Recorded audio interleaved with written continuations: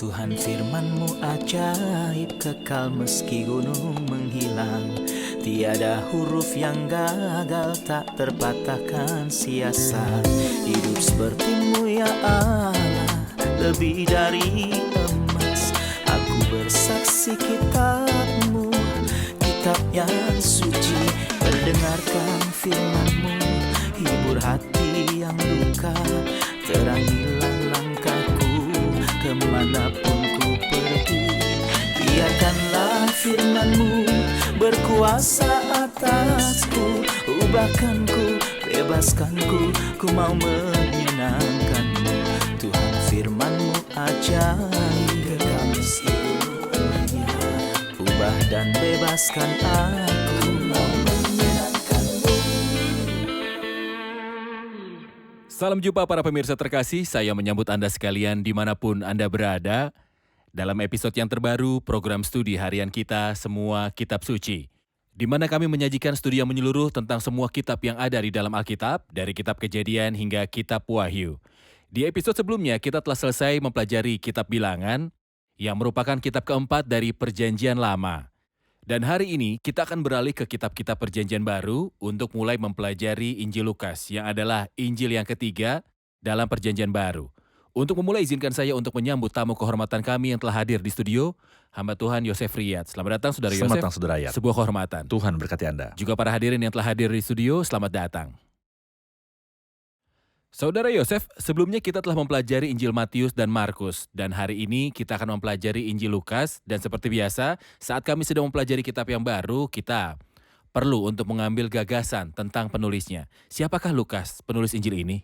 Lukas, seperti yang kita ketahui dari firman Tuhan, ia adalah salah satunya penulis non-Yahudi dari salah satu kitab dalam Alkitab. Kita tahu bahwa dia adalah seorang non-Yahudi dari Kolose pasal 4. Ketika Paulus menyebutkan rekan-rekan sekerjanya yang bersunat, Lukas bukan salah satunya. Dan istilah sunat mengacu pada orang-orang Yahudi. Tapi nama Lukas disebutkan di antara beberapa nama non-Yahudi lainnya. Jadi Lukas adalah salah satunya penulis non-Yahudi. Dia adalah seorang tabib dan ini berarti bahwa sesuai waktunya dia adalah salah satu orang berintelektual. Hal ini dapat kita lihat dengan jelas dalam tulisan-tulisannya.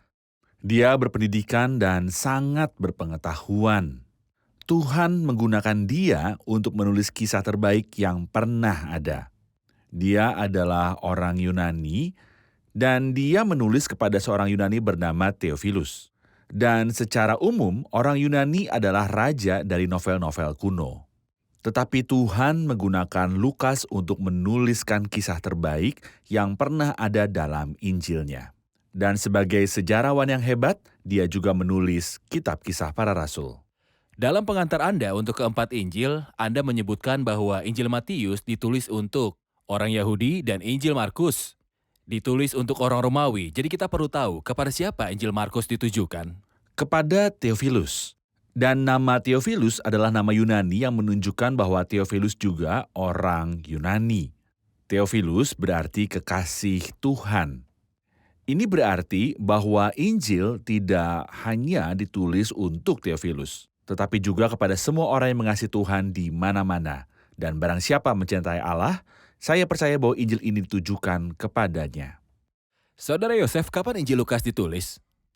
Injil ini ditulis sebelum kitab kisah para rasul seperti yang kita pahami dari keduanya, dari kata pengantar mereka.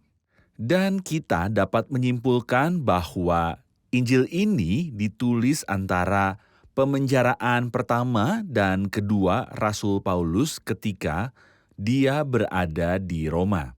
Karena Paulus mengutip dari Injil ini dalam 1 Timotius pasal 5 ayat yang ke-18. Ketika dia berkata, bukankah kitab suci berkata, kemudian dia mengutip sebuah ayat dari Ulangan pasal 25 dan sebuah ayat dari Lukas 10. Bukankah kitab suci berkata, janganlah engkau memberangus mulut lembu, ini dalam Ulangan 25. Dan seorang pekerja patut mendapat upahnya, yang disebutkan dalam Lukas pasal 10. Hal ini ditulis sekitar awal tahun 60-an. Setelah kelahiran Kristus. Baik, terima kasih. Kita perlu mengetahui ciri-ciri dari Injil Lukas. Apa yang menjadi ciri Injil ini? Injil Lukas dicirikan dengan mengatur peristiwa dalam urutan sastra. Kita dapat katakan bahwa Matius mengaturnya dalam urutan dispensasional. Markus mengaturnya dalam urutan kronologis dan begitu pula Yohanes. Tapi untuk Injil Lukas, peristiwa-peristiwa itu disebutkan dalam urutan sastra. Seperti yang tertulis dalam kata pengantar Injil ini. Karena itu setelah aku menyelidiki segala peristiwa itu dengan seksama dari asal mulanya, aku mengambil keputusan untuk membukukannya. Dengan teratur bagimu dan kata-kata berurutan, berarti dalam urutan tertentu. Dan urutan yang digunakan oleh Lukas dalam Injil ini adalah tatanan sastra. Dia menempatkan hitam dan putih berdampingan. Sehingga hitam tampak lebih gelap jika dibandingkan dengan kecemerlangan putih. Misalnya kita sering membaca tentang anak sulung dan bungsu, orang Farisi dan pemungut cukai, pencuri yang bertobat dan yang binasa dan seterusnya. Dia mengatur peristiwa dalam urutan sastra. Dan selain itu, kita menemukan banyak perumpamaan. Jadi Injil Matius terkenal dengan khotbahnya, Markus terkenal dengan mujizatnya, Mujizat. dan Yohanes terkenal dengan pertemuan. Kita menemukan bahwa Injil Lukas terkenal dengan perumpamaan, terutama tentang kasih karunia. Baik. Menambahkan hal itu berbicara banyak kepada kita tentang Kristus sebagai seorang yang masuk ke rumah dan melakukan percakapan ramah dengan orang-orang di sana. Dan itulah yang kita sebut percakapan di meja makan. Bagaimana Injil ini memperkenalkan pribadi Kristus? Kita tahu Matius menghadirkan Kristus sebagai raja dan Markus menghadirkan dia sebagai hamba yang sempurna atau hamba yang setia. Bagaimana dengan Lukas? Bagaimana Injil Lukas menghadirkan Kristus? Lukas menghadirkan kepada kita sebagai seorang manusia dan juga sebagai seorang imam. Dan sebenarnya untuk menjadi seorang imam dia harus sama seperti saudara-saudaranya dalam segala hal. Oleh karena itu dia datang dalam wujud manusia. Injil yang paling banyak memberitahu kita tentang kemanusiaan Kristus adalah Injil Lukas. Itu sebabnya kita membaca tentang keadaan kelahirannya, sunat, dan bahkan silsilahnya sampai ke Adam. Tidak seperti garis keturunannya di Matius, yang hanya sampai Abraham. Di Lukas, garis keturunannya meluas ke Adam. Karena itu, memberitahu kita tentang kemanusiaan Kristus dan karena dia adalah seorang imam besar, dia harus datang dalam wujud manusia dan setiap imam besar harusnya diambil dari kalangan pria. Jadi Kristus sebagai seorang pria adalah imam besar. Memang benar, dia tidak memulai pelayanan imamatnya dalam Injil Lukas. Tapi kita dapat mengatakan bahwa imamatnya jelas seluruh Alkitab dari awal sampai akhir. Terima kasih Saudara Yosef, kita rehat sejenak dan kembali untuk menjawab pertanyaan hadirin.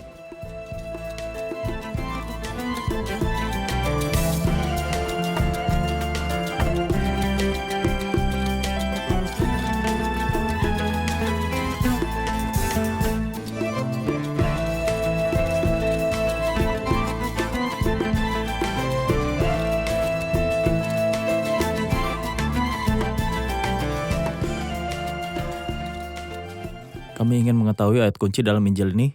Seperti kita tahu, Lukas menggambarkan dia sebagai manusia sempurna. Silakan. Ketika kita melihat Lukas pasal 19 ayat yang ke-10, kita akan menemukan ayat sebab anak manusia datang untuk mencari dan menyelamatkan yang hilang.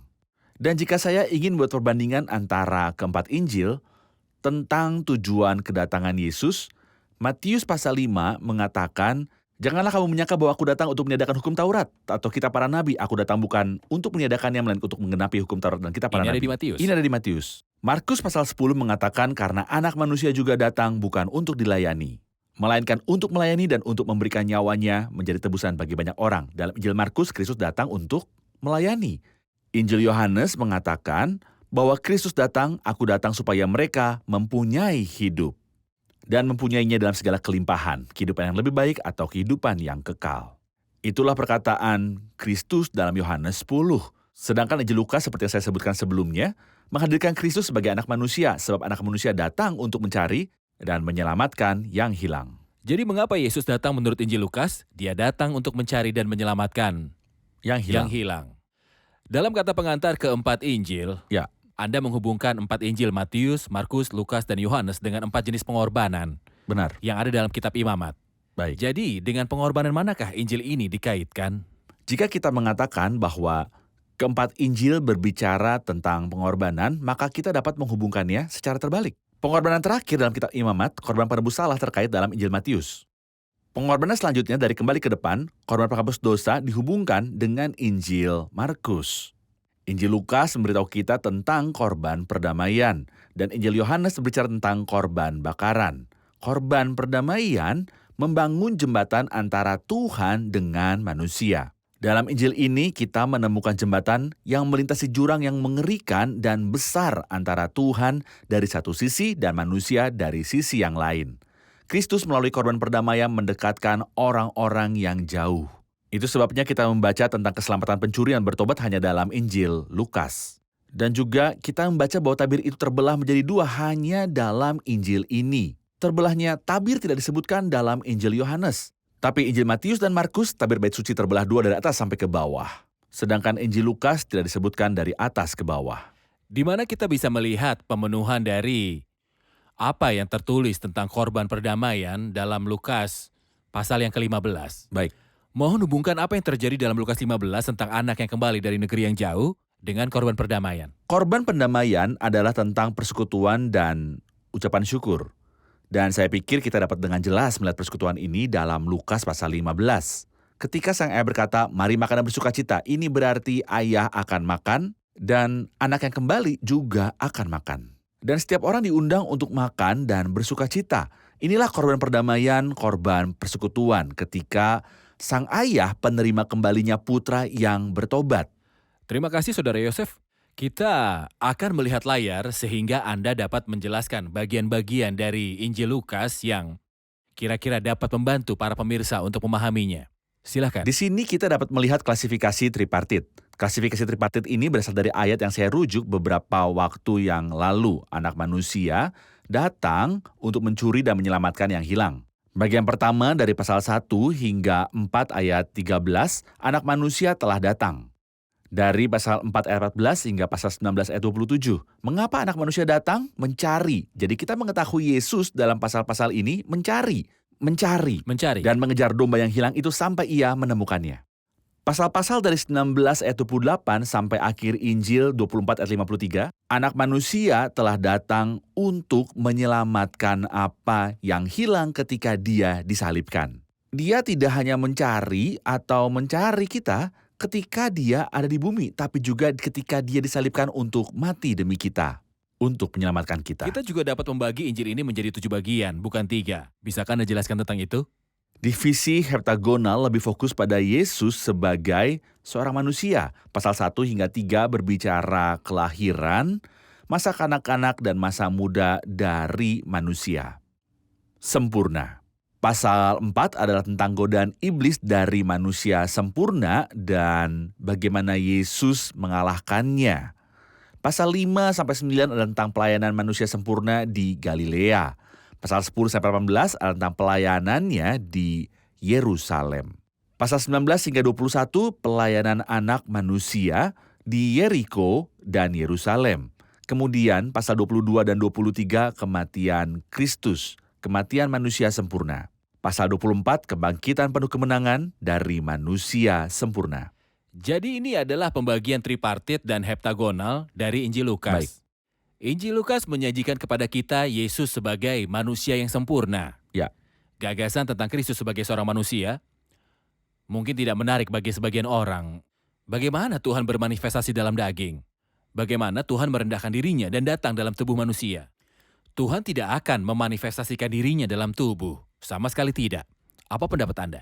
Tentu saja Tuhan tidak ada dalam sifat ilahinya, tidak ada yang pernah melihatnya, dan tidak seorang pun dapat melihatnya. Tetapi, kita dapat percaya bahwa ketuhanan adalah berubah menjadi tubuh. Ketuhanan tidak berubah, sama sekali tidak. Tetapi dia mengambil bagi dirinya sifat manusia. Saya tidak berpikir bahwa ada orang yang waras dapat mengatakan atau berani mengatakan bahwa Tuhan tidak bisa. Dia bisa melakukan apapun. Dia ingin. Ya, jadi jika ada tujuan yang masuk akal bagi Tuhan untuk berinkarnasi, dapatkah dia melakukannya? Jawabannya ya. Lalu apakah ada alasan bagi Tuhan untuk berinkarnasi? Sebenarnya ada banyak alasan berbeda. Manusia memiliki kerinduan untuk melihat Tuhan, tetapi ketuhanan tidak dapat dilihat. Itu sebabnya seseorang seperti Filipus berkata pada Yesus, "Tunjukkanlah Bapa itu pada kami, itu sudah cukup bagi kami." Musa berkata kepadanya, "Tunjukkanlah padaku kemuliaan-Mu." Dan Ayub berkata, semoga aku tahu mendapatkan dia dan boleh datang ke tempat ia bersemayam. Aku ingin melihatnya. Orang-orang saleh selalu memiliki keinginan untuk melihat Tuhan. Kristus, Sang Sabda, menjadi daging dan diam di antara kita. Alasan lainnya adalah karena dosa-dosa kita. Menuntut kita untuk diusir dari hadirat Tuhan, tapi Tuhan mengasihi kita. Jadi bagaimana Tuhan akan bawa kita kembali? Tuhan harus menghukum pelanggaran dan juga kesalahan kita. Upah dosa adalah maut. Tuhan tidak akan mengubah keputusannya atau mengubah firman yang keluar dari bibirnya. Yesus datang untuk menebus kita, dan karena kodrat ilahi tidak bisa mati, ia menjadi daging. Agar dia dengan kasih karunia Tuhan dapat merasakan kematian untuk semua orang. Terima kasih. Setiap Injil memiliki ciri khasnya sendiri. Kita dapat melihat nubuatan dalam Injil Matius, dan kita dapat melihat kepraktisan dalam Injil Markus, karena ini adalah kitab praktis. Jadi apakah ciri khas Injil ini? Narasi. Narasi. Ini adalah sebuah kisah. Banyak orang telah berusaha menyusun suatu berita tentang peristiwa-peristiwa yang telah terjadi di antara kita. Bukan fiksi, bukan dongeng atau fantasi, tetapi telah berusaha menyusun suatu berita. Dan saya bisa mengatakan bahwa itu adalah kisah terbaik yang pernah ada. Sebuah kisah yang begitu manis dan setiap artinya Tuhan mengasihi. Kisah cinta yang luar biasa diungkapkan di sini dalam Injil dan muncul sepenuhnya di kayu salib. Menulis cerita harus mengikuti syarat dan ketentuan. Misalnya harus menyebutkan nama-nama tokoh, nama-nama tempat, dan juga waktu. Jadi kita perlu tahu bagaimana Lukas mengikuti semuanya dari awal dan bagaimana kualitas seorang sejarawan ditunjukkan dalam Injilnya. Bagaimana dia ditunjukkan sebagai sejarawan yang sempurna saat menulis Injilnya. Kita telah mengatakan bahwa Lukas adalah orang Yunani, seorang non-Yahudi. Dan karena itu, dia bukan salah satu murid Yesus ketika Yesus ada di bumi. Atau sebaliknya, dia tidak pernah menyaksikan Yesus. Tapi lihat apa yang dia katakan di awal. Karena itu, setelah aku menyelidiki segala peristiwa itu dengan seksama, dari asal mulanya, aku mengambil keputusan untuk membukukannya dengan teratur bagimu. Jadi dia menerima informasi dari sumber utamanya, dari orang-orang yang menjadi saksi dan hamba-hamba firman dan firman dalam Injil Lukas. Berarti Yesus karena pada mulanya adalah firman. Mereka yang memberikan kesaksian dan melayani firman adalah para rasul. Dari Lukas, sang tabib menerima informasi dan mungkin saja dia mengunjungi sang perawan Maria dan tahu banyak darinya. Dan mengunjungi yang lain dan berbicara dengan mereka. Jadi dia menulis kitab dengan signifikan dan sangat akurat. Dia menulis Injil Lukas buku pertama dan kitab Kisah Para Rasul sebagai kitab kedua. Ada seorang profesor sejarah bernama William Ramsay. Dia adalah seorang profesor di Universitas Oxford di Inggris. Dia adalah salah satu ahli sejarah. Dia mulai meragukan kitab Kisah Para Rasul dan menganggap bahwa Lukas melewati batas. Jadi dia melakukan perjalanan dan menghabiskan bertahun-tahun untuk menyelidiki dan memeriksa. Dia ingin mengungkap kesalahan Lukas. Dan setelah dia menyelesaikan perjalanannya, kesimpulannya adalah sebaliknya dari apa yang dia niatkan sejak awal. Dia mengagumi Lukas dan menulis untuk membela kepastian dan keaslian kitab Kisah Para Rasul. Dan mengatakan bahwa kita tidak akan tahu apapun tentang abad ke-1 tanpa kitab luar biasa ini. Kitab Kisah Para Rasul. Dan Lukas adalah seorang sejarawan yang sangat akurat.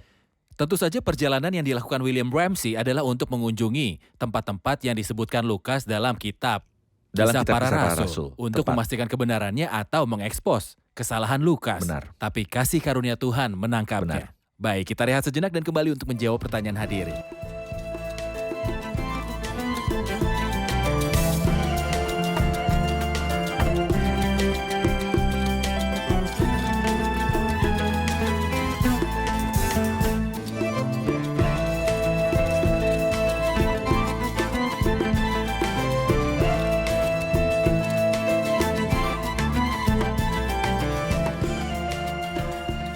Lukas menelusuri semua peristiwa dengan tertib, jadi di mana peran ilham dalam penulisan Injil? Faktanya dalam Injil Lukas pasal 1 khususnya kita melihat hal yang luar biasa yang membantu kita memahami, yang kita sebut unsur ilahi dan unsur manusia. Unsur ilahi adalah Roh Kudus mendominasi Lukas dan penulis kitab suci lainnya. Tetapi oleh dorongan Roh Kudus, orang-orang berbicara atas nama Allah.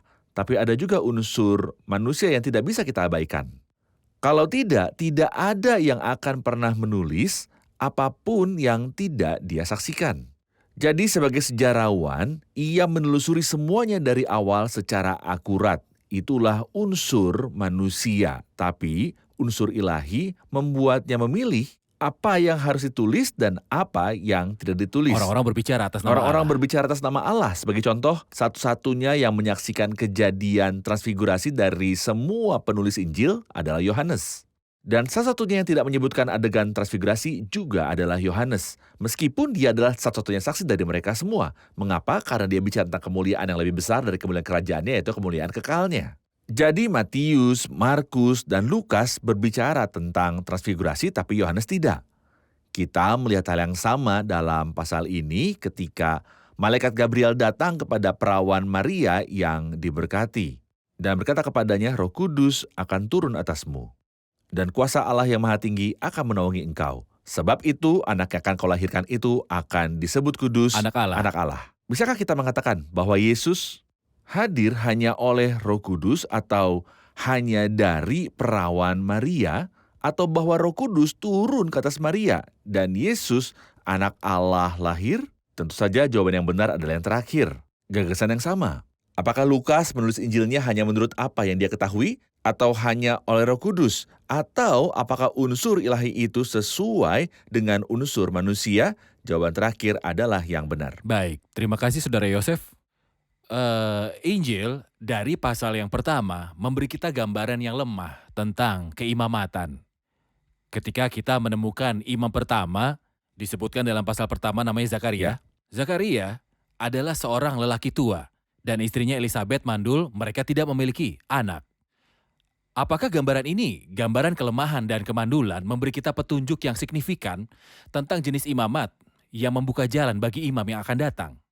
Tentu saja gambar yang Anda maksud sangat baik dan telah banyak diulang di halaman-halaman kitab suci.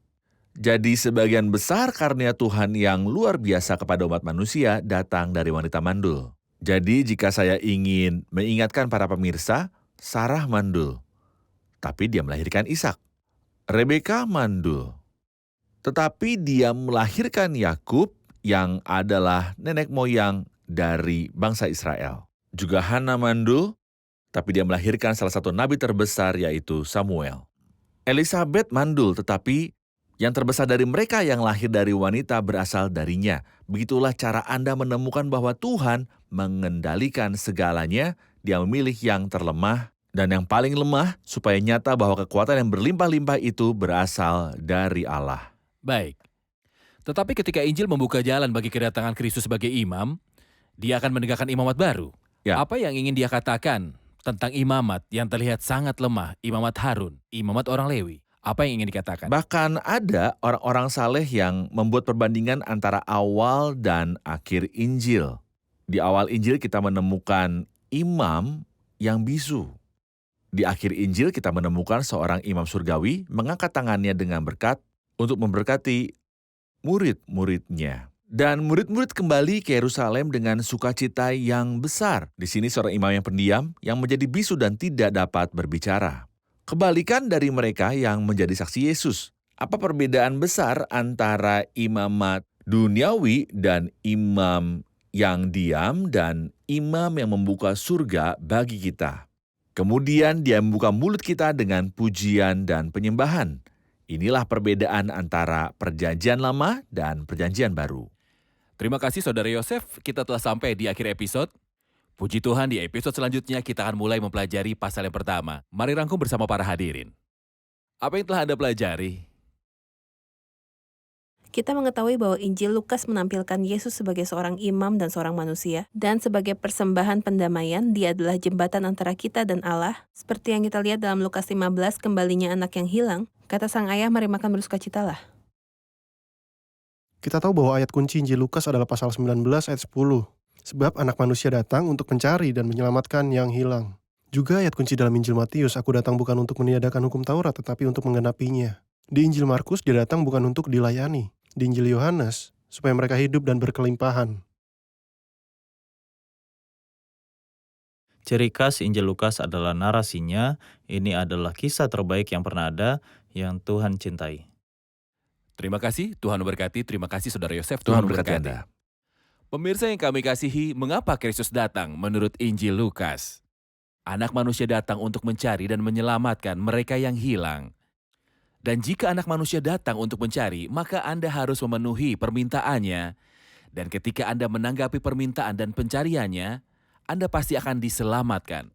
Dalam kasih karunia-Nya, Dia mencari, dan tanggung jawab Anda adalah untuk menegapi panggilan ini, panggilan cinta. Dia yang mengatakan tentang dirinya saat Dia berseru, marilah kepadaku semua yang letih lesu dan berbeban berat, aku akan memberi kelegaan kepadamu. Dia memanggil dan mencari, dan Anda harus menanggapi karena Anda bertanggung jawab, dan ketika Anda menjawab dan menerima panggilannya, Anda pasti akan diselamatkan. Jadi bagaimana Anda bisa diselamatkan? Anda akan diselamatkan ketika Anda mendengar suaranya, dan terimalah Dia sebagai Tuhan dan Juru Selamat bagi hidup Anda akan selamat.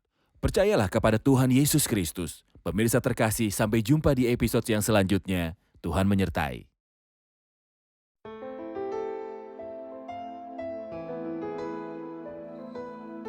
Tuhan firman-Mu ajaib, kekal meski gunung menghilang. Tiada huruf yang gagal, tak terpatahkan siasat. Hidup seperti-Mu ya Allah, lebih dari emas. Aku bersaksi kitab-Mu, kitab yang suci.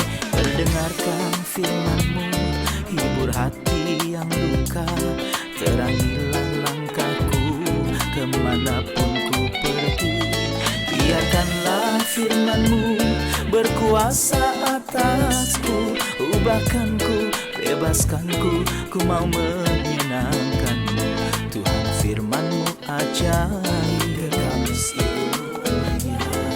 Ubah dan bebaskan aku.